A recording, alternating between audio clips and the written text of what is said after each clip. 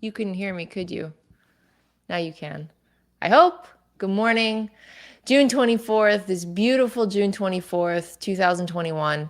I am in Quebec. And if you have been with me on any of these other caffeinated changes, you know that I like to start here with a land acknowledgement, especially on today, because today is a national holiday in Quebec, even though we are not considered a nation officially.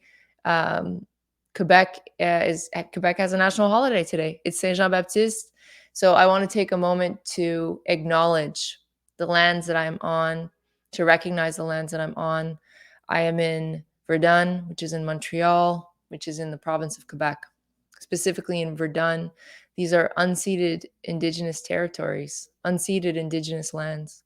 And I recognize the Ganyukahaga Nation as the guardians of these lands and waters upon which I live and work and love and play and get to grow and change. I wonder where you are. I wonder what lands you are on. I hope you can hear me nice and clearly this morning. Because this is a holiday, and also because yesterday was my mom's birthday, and also because this week I am in the midst of a move. I'm not moving anywhere, but my partner's moving in, which is a big deal. My life is a little bit uh, in boxes, let's say. It's been a slightly unorganized week, and not a week very focused on work, more so a week very focused on personal change and personal growth. But I told myself I wanted to come on anyways and keep this as unfiltered and as human as possible. That's the whole point of caffeinated change. It's for me to show up as I am so that you can have more room to show up as you are. And I wanted to start today by telling you about an exhibit that we went to yesterday to celebrate my mother's birthday. It was called Oasis Immersion, I believe. It was an audio visual an audio visual sort of installation in Montreal here in the at the Palais du Congrès. And I didn't read up very much about it before we got there. The point of Oasis is about celebrating our creativity and our resilience in the face of change. I didn't expect that actually when we got there. It was quite focused on COVID, to be honest, at least at first. There are other segments. There are different segments. There's a musical segment. There's a segment about I believe his name is David St. Pierre, who is an astronaut from Quebec who travels to space. Obviously, that's what astronauts do. Evidently, my coffee has not yet kicked in. But anywho, there was a segment around resilience that I was really marked by.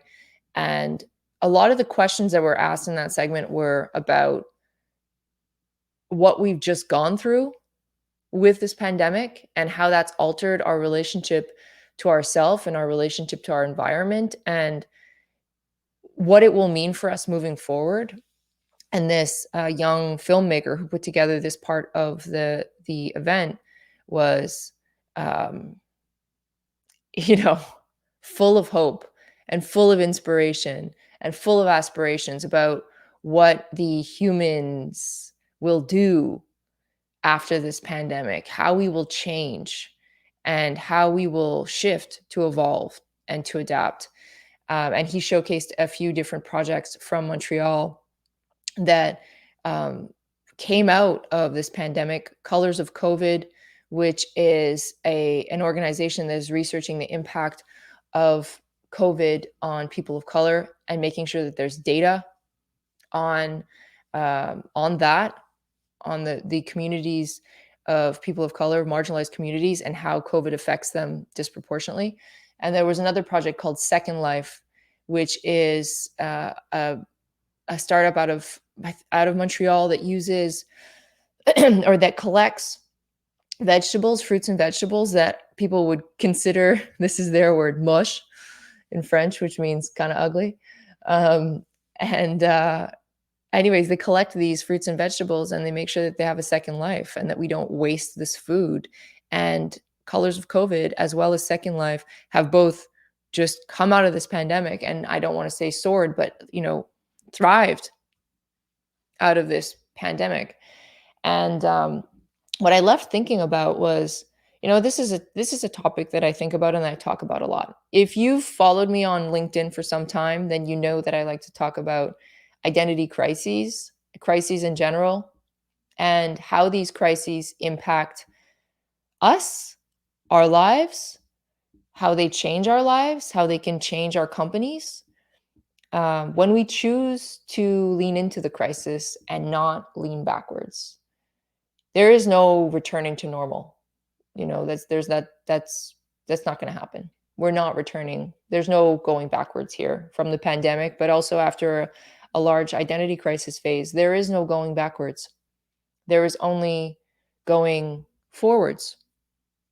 And what I learned in the crises that I have gone through is, I've learned so much, because moving through a crisis phase is just such a massive and rapid learning experience. But one thing that I really, really take from my identity crises, I have had three, by the way, and I will talk about them on another video. Maybe they are a topic that I like to bring up.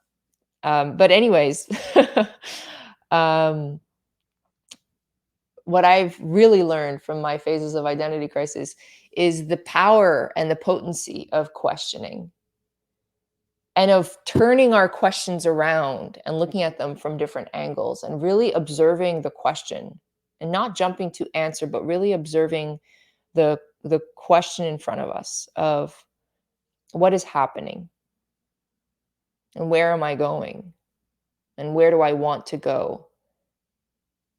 And when you begin observing these questions in identity crisis phases, you start observing yourself, and you start recognizing how you were making certain decisions on autopilot, a lot of decisions actually on autopilot.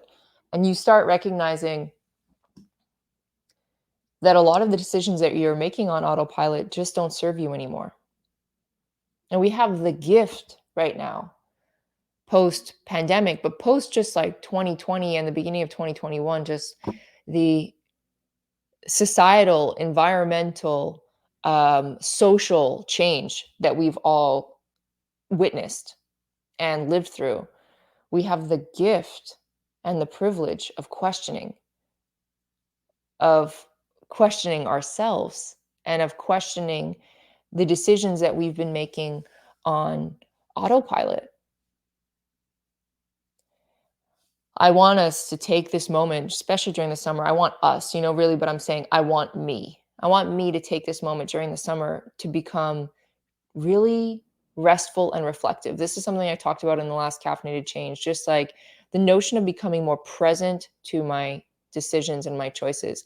And I want to take this summer to become extremely aware of what's happening on autopilot so that I can shift the decisions that I'm making towards the future that I want to see, rather than making the decisions based on the past that I've lived.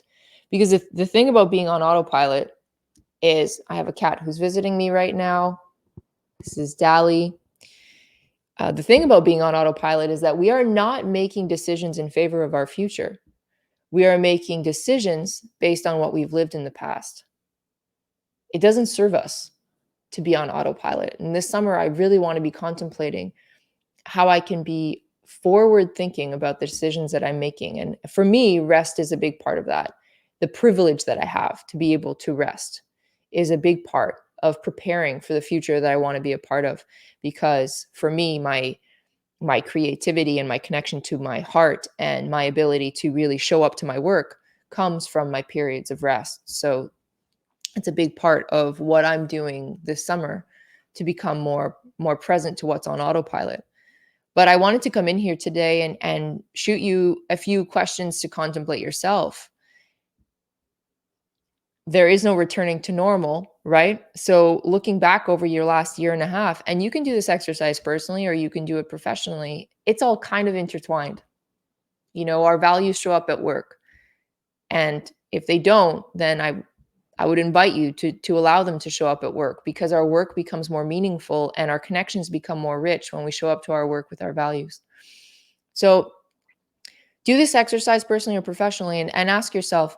I'm going to run through these questions relatively quickly, but take your time with them as you will after the fact. 1 second.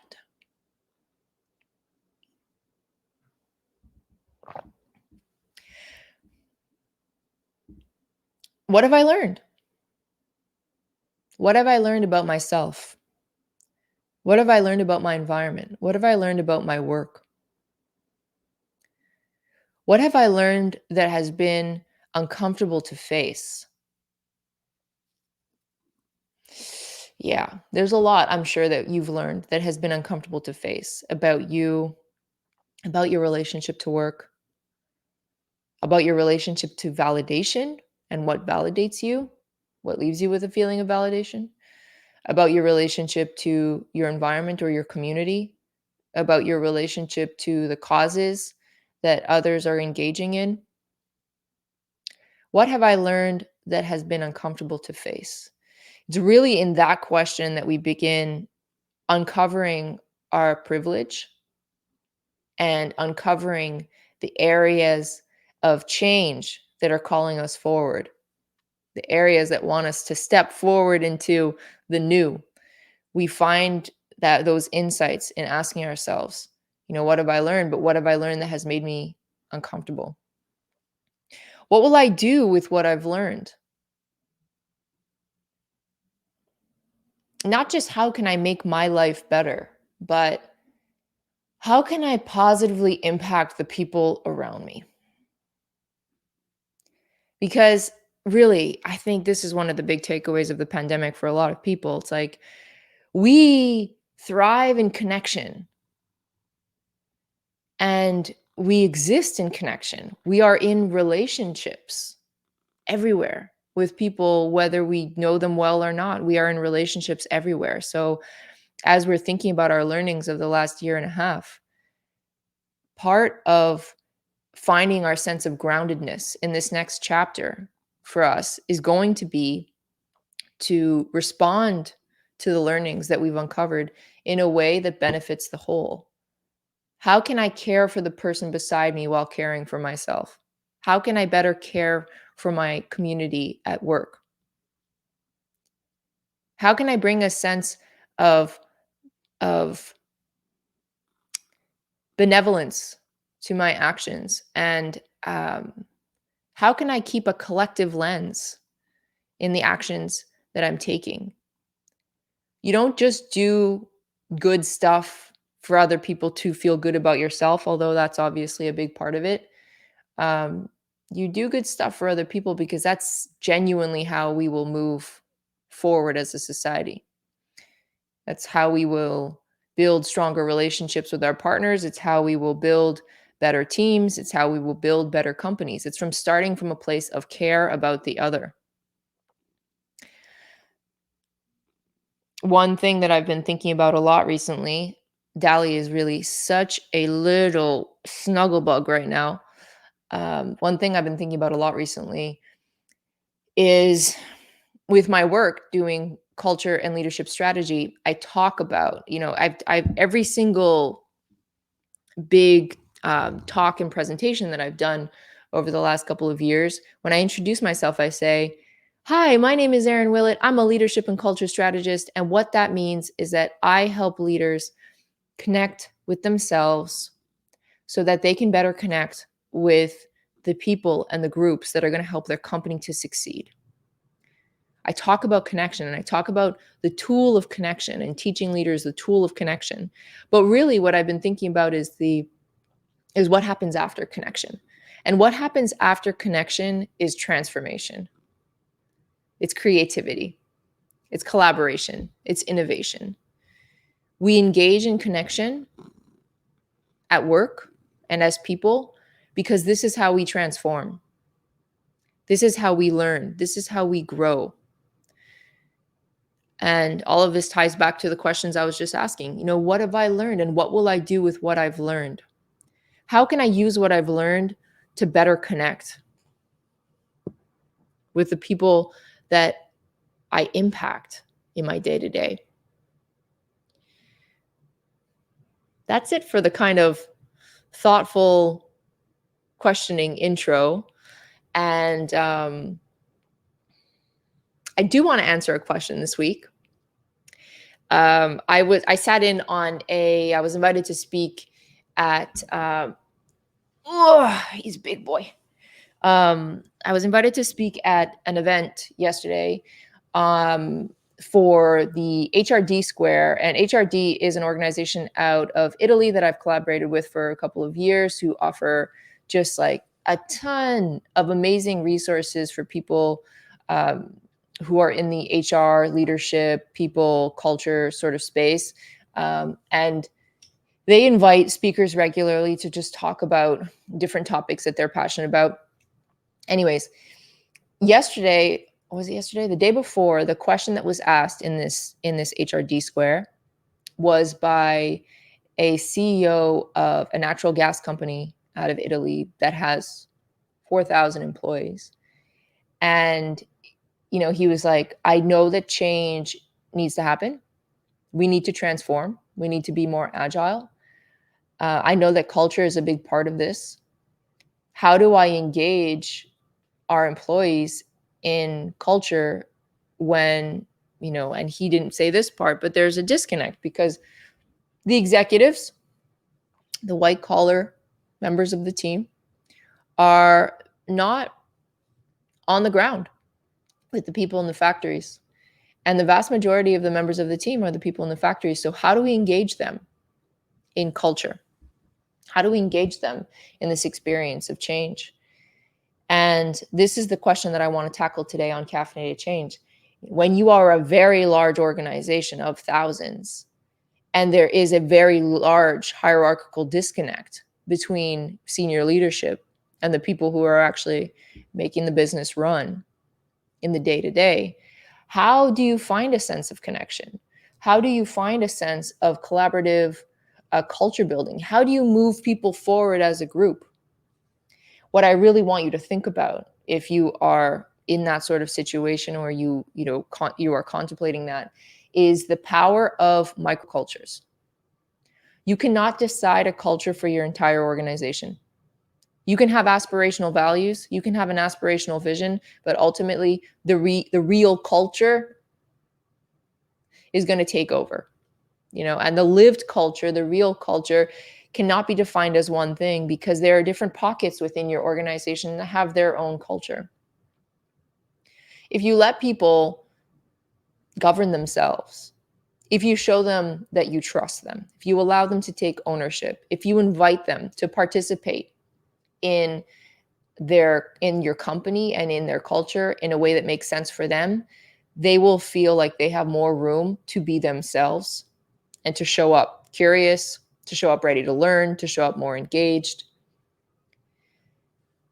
We need to allow people